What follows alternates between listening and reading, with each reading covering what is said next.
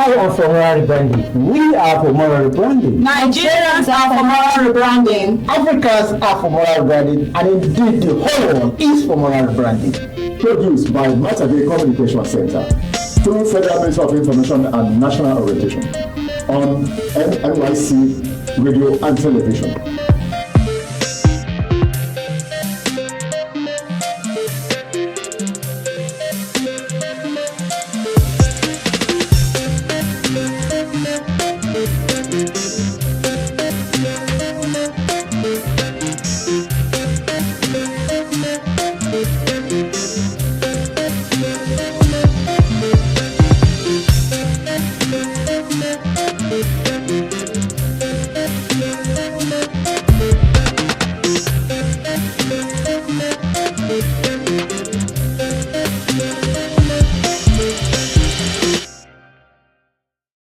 Children, maybe aunties with their nephews. So I mean, I don't know if that is if rape in a sense can be said not to affect male minors. I don't know. Is like I earlier said, maybe you couldn't understand where I was going or where I was trying to pin down my points.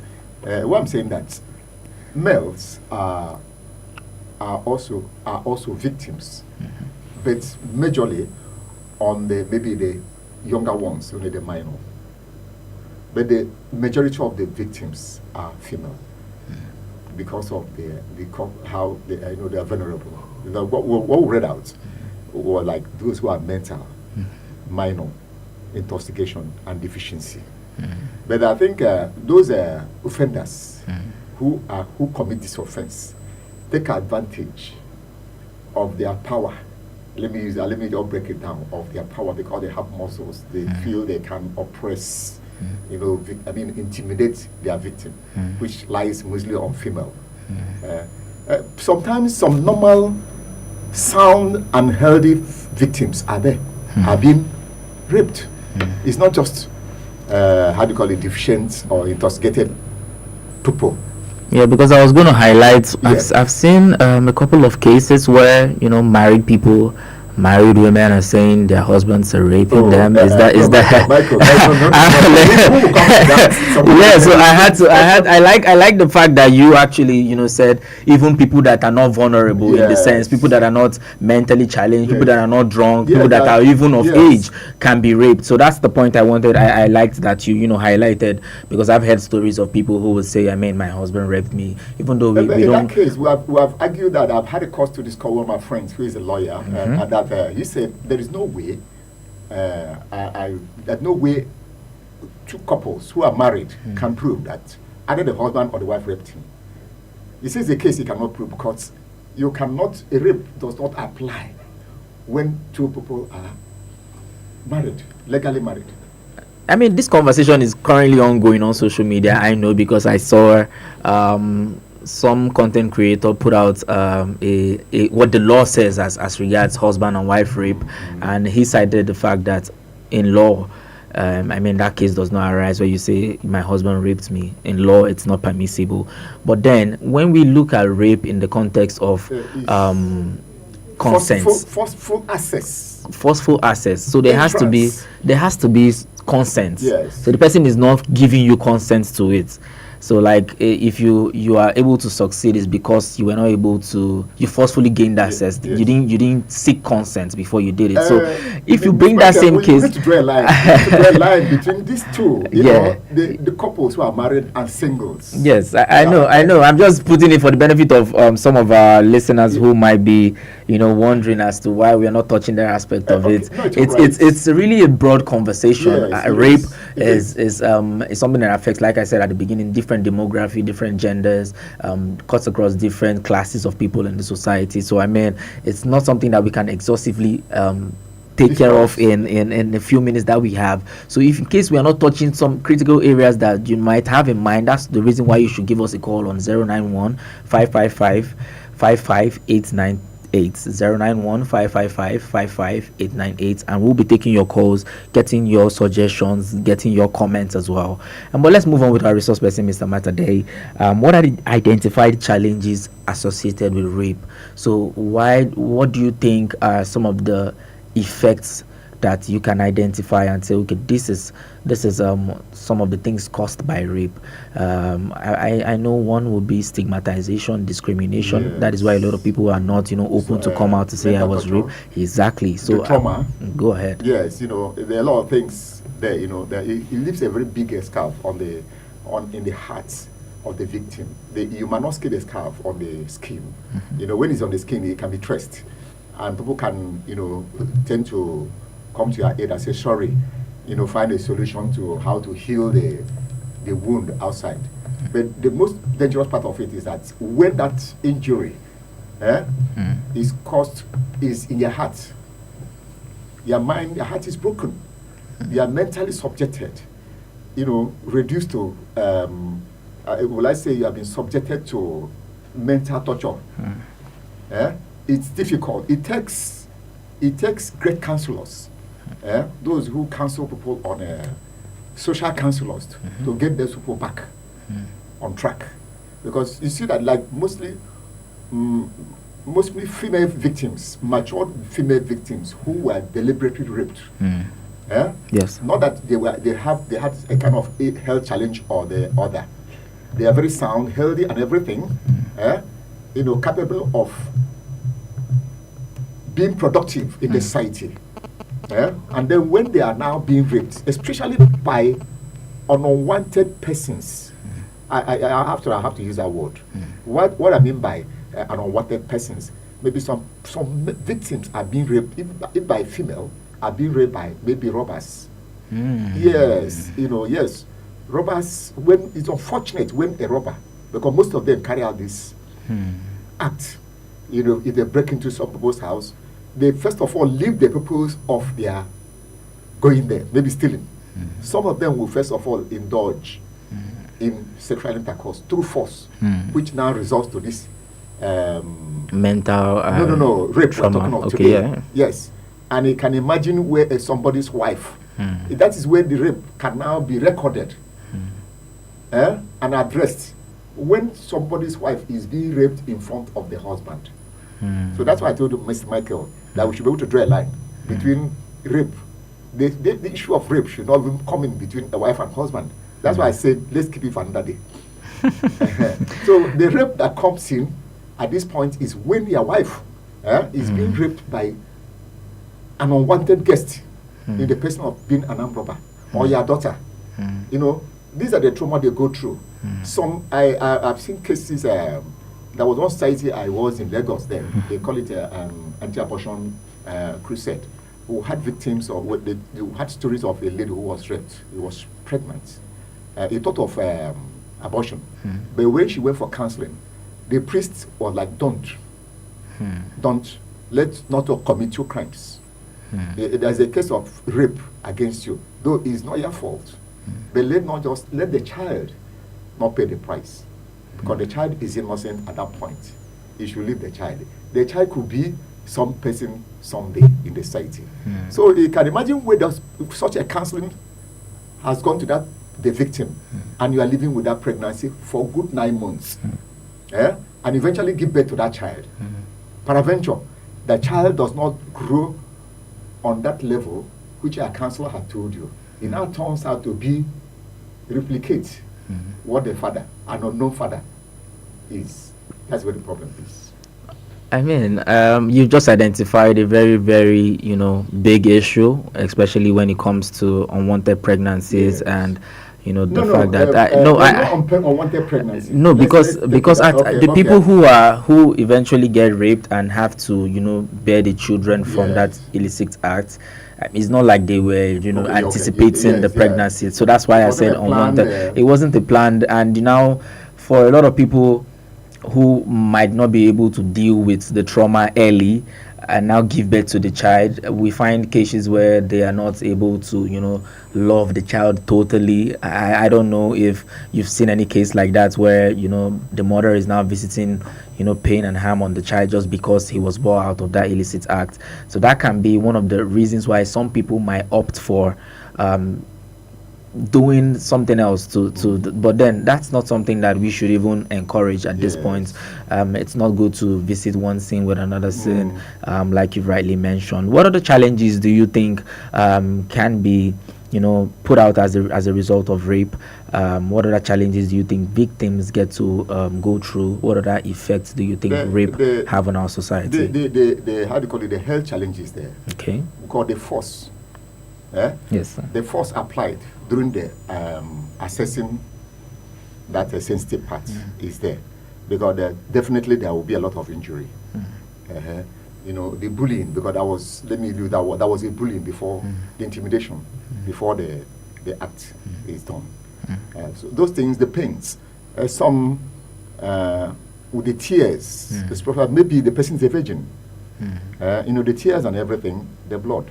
If that person is not really taken to any health center or hospital for medical treatment after examination, if those things are left there uncared for, probably is in a rural area where they don't have access to medical facilities, it could cause a lot of health challenge to the victim, especially women. Their system is very, very vulnerable. It's sensitive, unlike men. So these are one of the medical, the trauma, the psychological pains is there. Like we earlier said, maybe I need to just rewind back to what we discussed.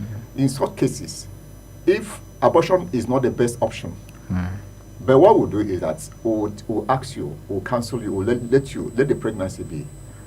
Once you deliver, Chesia homes or these, how do you call them, orphanage homes, can adopt them, can take the baby. It takes away some percentage of that trauma from you. Yeah. It's only you and God and those who adopted the baby know that you have a child.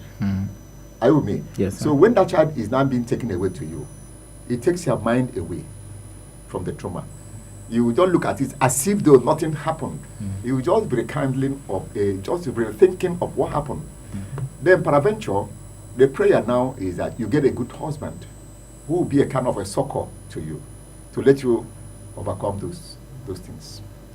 So you've just highlighted health, yes, as one of the effects also of rape. Side by side, putting physical abuse as well. I know you mentioned that the forceful entry is gained by exerting some sort of physical harm to the person who has been victim, and all of that. So I would want to urge you, if you have some sort of suggestion, if you have a comment on this issue we are dissecting today, rape, you can call us on 091 555 55898, 091 555 55898 is still the NYSC Radio 88.3, and this is the Moral Rebranding Show. Earlier we did highlight a report that we got.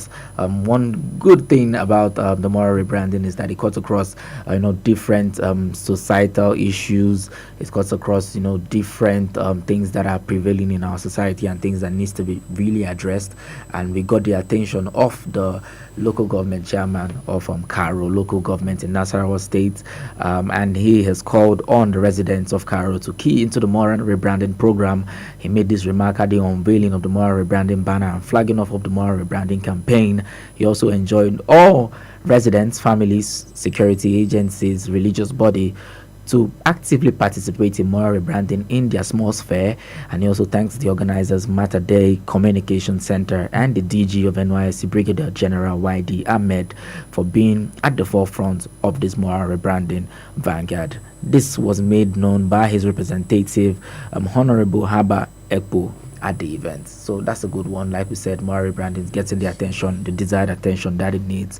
And so we'll be getting more resource from our resource persons. I would like to ask you at this point to give us because we are all about preferring solutions, and giving our listeners a something to take home from the conversation. So at this point, I'd like to ask you, victims of rape, anyone who has been abused, what channels should they take in terms of getting help? What should they do? What should their immediate reactions do? So let's say from the time the action happened, what should be your first point of call? What should you do immediately, just so that it doesn't escalate and get to a point where we start to look back and say, had I known?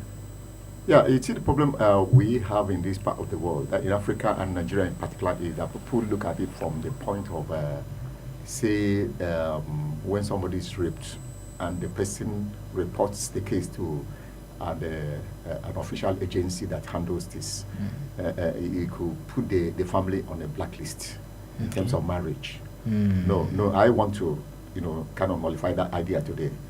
Because when you do it, the victim is going to suffer in silence. Are you with me? Yes.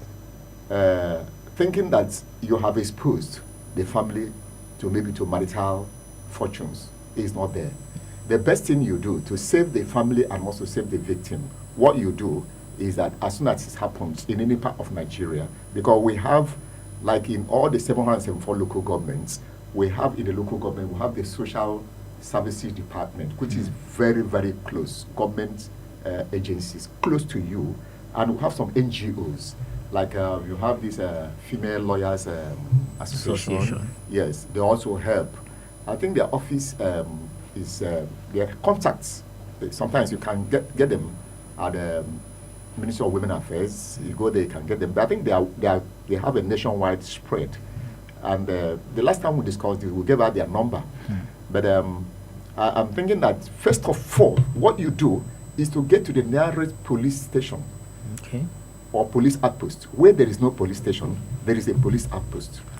Report the case there. The police will take it, first of all, take it from there, because they have JWC. Yes, in all the divisions. They might not have it at that post, but that post will take you to JWC, who will in turn immediately take a swift action, take the victim to the hospital before we now start looking for the offender. Because at times when you keep the victim and say you are going to look out for the offender, more damages are being done health-wise to the victim. So the person that police that will not move immediately to social welfare services in the local governments. They will now take the person from there to the hospital, either the clinic, to start treatment. So the get the person treated first. There are chances of infection, because, like we said, an unprotected sex. This is where this one comes in, which gave birth to an unprepared unwanted pregnancy. Am I right? Yes. So this is the best thing you can do. And I repeat, families, they have a very big role to play. Are you with me? Yes. They have a very big role to play in this case. That's why we are talking of moral rebranding starts from the home. Because some families give birth, or rather give room. They subject their daughters or their sons to this sexual abuse or rape. I have a case I'm handling. I've been treating that case for about a week and now. But as of last night, we are getting results. Yes, I saw the girl. The way I saw her, I didn't like it. So I had to call her last week. Last 2 weeks, I spoke with her. She was like stubborn. So I left her. The next thing I did again was to call her in front of her dad. The dad was there. I spoke to her in front of the dad. So the dad was like, thank you. So she still didn't yield to the advice. So last night again, as of last night, if she's listening, she should be listening. But I asked her to listen. I called her again privately. We were on the road. I told her it has to do, if we have to start, do what I asked you to do. Then, but though she promised me that because of time, that she's going to do that thing by Thursday. I said, okay, get my number. Call me. I don't want to call you. So when I came back, I didn't know that mom was watching us. So the mom was like, thank you. But the response I got from the dad the first time was not encouraging. There are times you talk to your children, they won't listen to you. I say, how can you have a child and your child is overpowering you? You're not doing him or her any good. You're the father. You need to sit your child and talk to him. Your child cannot be more than you.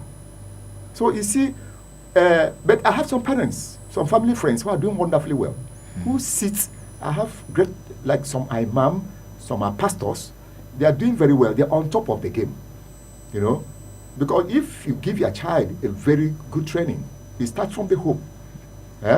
I'm sure 80% of them will not deviate from their instructions when they are outside. So I think we'll take this thing back home again. We'll talk to parents. That's where we start. Yes. So you've highlighted a very, very critical area of it. That's the parents. Charity, they say, begins at home. Yes. So you need to be able to speak to your children, Yes. guide them in the right path, and make sure that they are, doing everything that you tell them to Some do. even advocate for sex education. Yes, I think that is very critical in our society today. I don't think I'm against that. Yeah, I Because mean, if you don't teach them, another person will teach them in a very rude way. yes, of course. You have to be able to lecture your children on how they should, handle themselves. It's female gender. Yes, I feel like it should go both ways, both Yes, female, okay, I'm male. just saying Muslims, Yes, yes. like I told you, they are more vulnerable. Yes, but yeah, you've also highlighted a very, very important thing, that is what to do immediately you get raped. It's not something that we're saying is a must, but then we cannot avoid the fact that these things happen in our society, and we can only sensitize people on why they shouldn't do that. But then if you know anybody or see somebody that has been through that, the first thing they need to do is to go to the police station, make a formal report, and then head over to a health center to get tested, to get treated, and then keep all of those documentations intact, because if you want to push a case forward in court, so before you would need you would need some sort of evidence, and then the doctors, I'm sure they will know what to do. Seek for advice. Make sure you are not staying on your own and just dying in silence. I mean, there are things that you can actually do to get help, because it's something that affects the mind, it affects your mental states, and can lead to severe effects in terms of trauma and all of that. So yeah, we'll be speaking to Dr. Matade of the Matade, Mr. Matade. Right, yeah. I'm elevating you. I mean, I already see it coming. I already see it coming. But then, Mr. Matade of the Matade Communication Center, and the topic has been rape. If you have a question for Mr. Matade before we let him go, please, the number to call is 091-555-55898. I'll take that number again, 091-555-55898. So maybe before we wrap the show up, I'd like to give you a chance to give some sort of an advice, a general comment on the topic rape. I want you to, keep in mind, put out there a strong message, dissuading people from, I know there are a lot of people who are, villains. There are a lot of people who, they don't know that these things they are doing get to affect people for years to come, and they are not able to find their footing after that event happens. I want you to put a strong word out to people who have raped somebody, who is even nurturing the thoughts of engaging or forceful entrance into into people. I want you to put a strong message out to them, dissuading them on that. I think the advice should go on both ways, both the victims and the offenders. First, on the victims, sometimes most of these victims are the cause, and they are the reasons why people rape them. And it's outside being the fact that you are drunk, or you are incapable, or probably you have a mental health, and that people who purposefully attract people to rape them. There are some girls, women, who they are dressing is something else. So you don't expect you're not mad, you're not sick, you're not mentally sick, but your dressing looks more or less like somebody who is sick, indecently dressed. All the sensitive parts of your body are thrown out. And there are men who don't have that resistance. They don't have that resistance. So indecent dressing can be a major cause of rape. There was a case I ran into some few days ago, and I saw the lady at the police station. I was trying to address her issue. The next question was like, oh, my husband likes it. So I now asked her, is this building a family building? It's not a family building. This is a government building. So if you want to dress anyhow, please do that within the bed corners of your room. That across there, from the gutter to the main road, is public building. So you should be mindful of what you do, not just dressing. Mike, I was shocked. There was one night I was going home. I'm sorry, this one had nothing to do with the dressing. I see a woman smoking with the smoke puffing from the nose. I was shocked. I had to drop my guy. Is this a lady? How? So things like this. And she doesn't know how much that smoke is doing to herself. Aside the fact that in the evening, you don't know how many people are seeing you, including me. And tomorrow you expect somebody to come and approach you and ask you for your hand in marriage. You have already done a damage on yourself outside the health side. So we should learn to, and especially conduct ourselves very well in the So that's another point you've raised there. You raised the first one, indecent dressing. Another thing is to conduct yourself in a proper manner. And what other thing do you think could be a cause of rape? You avoid dark ends. Avoid dark areas. Lonely places. Yes, lonely and dark areas. That can put you in harm's way. So you avoid that. There are streets that are very dark. We call them dark outs. No lights, no this thing. You can be attacked. Avoid that place, especially if you're alone. If you have to move there, ensure that you are in pair or two. Yes. These are one of the major causes of. And try to be yourself. Be very strong. Be yourself. Like even men are tempted to rape. I face such cases, but that's not it. Like I told you, it depends on your body's resistance. Like people are us, you don't even try that rubbish. No, you don't. I'll tell you off. So that you've heard it, and we are strongly advising everyone to just be cautious of how they carry themselves out, carry themselves in public. Avoid dark areas. Make sure you're not dressed indecently. Make sure you're not revealing things and leading people on. Make sure you are conducting yourself in a proper manner. Modesty should be your watchword at everything, in everything you do, at every point in time. Make sure that you are modest. And also, if you find anybody who is a victim of rape, make sure that you help the person. Don't stigmatize, don't discriminate. Make sure that you take them to the nearest police station, get them some help in terms of their health, and also get them some help in terms of counseling and advice, and get people that will speak to them and make sure that they are not traumatized. We can also give out our number if they feel yes. If you have anybody, any case, anybody who needs some sort of counseling, Mr. Matade, I was going to call you doctor again, is more than available to help you, sir. So you can give out your numbers so that they can reach out to you. The number is on 080 6215 6030. Mr. Matade. You take the number again a little bit slower this time. 080 6215 6030. 6030. I'm sure you got the number. The name is Mr. Matade. Reach out to him. He is the coordinator. Or you can call the NYC Radio and TV. Yes, if you put a call through to NYC Radio on 091 555 55898, we will be sure to pick your calls, or you can also send us a message on that same number. We'll follow up and get them the help that they need. But it's been a great one on the Moral Rebranding Show with Mr. Matade. It is. I think it's coming. It's coming. I'm a prophet. So right. It's coming. That's a good one. It's coming. But Doctor of Morals. Yes, Doctor of Morals. Right, Dr. Matade. All right, that's but good. Before we go, I'll just put out a strong message to anyone who's nurturing the idea of rape or trying to get forceful interest. Trash that idea. It is illegal, it is immoral, it is indecent, it is everything negative about life. It attracts a curse if you don't even know. It is terrible. It's a terrible thing to do to anybody. So make sure you don't even nurture that idea at all. Make sure you take a strong stand when it comes to getting consent. You don't just assume. Consent is not something that you assume. She's my girlfriend. We are friends. I thought she likes me. Those are not things that cut it out. Don't take advantage of people. Don't assume. Always try to get consent from the person.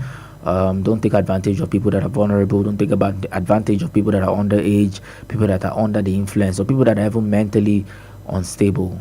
Please, I beg you. This is 2025. You have to take a strong stand against rape. We stand against rape here on the NYC Radio.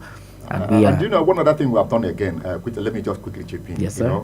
In the course of our job, we discovered that there are a lot of things, articles that are being put that stimulate people. So we now have to carry on a raid.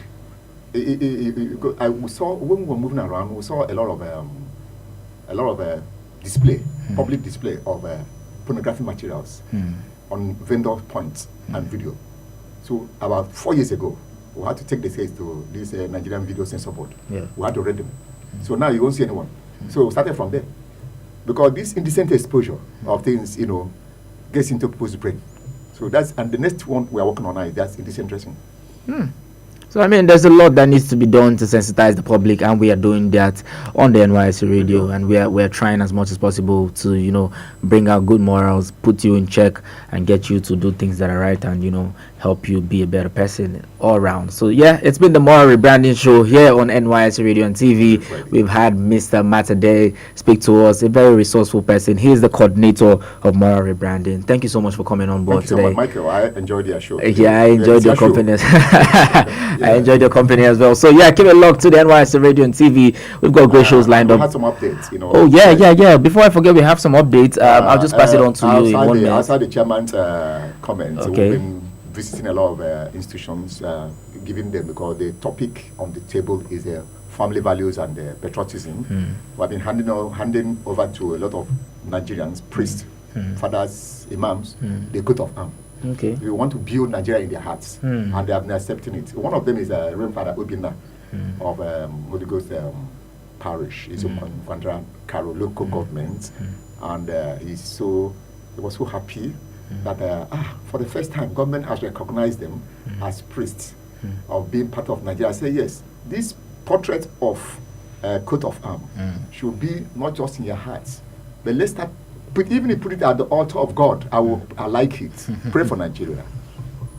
Yes. It is very important. Yes. Everybody needs to be a part of the rebranding and the growth of Nigeria. Everybody has to put their hands on the plow and make sure that Nigeria becomes a better place. It is your duty, it's my duty, and it's duty of everybody in the society. So yeah, that's a good update for Moral Rebranding, and also for the Matter Day Communication Center.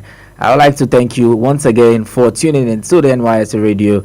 We've got great shows lined up for you today. We'll be having a music request show come your way, so don't miss that one. I mean, get all your music ready, all your requests ready. Like I said, it's going to be Sing It and I Play It. So if you want to listen to a song, you have to sing it for me. But then we'll talk about that when I come back later on in the day. But yeah, it's been an awesome time. Thank you so much for joining us. We'll get on with the music. This one is Agolo by Angelina Kidjo herself. Enjoy.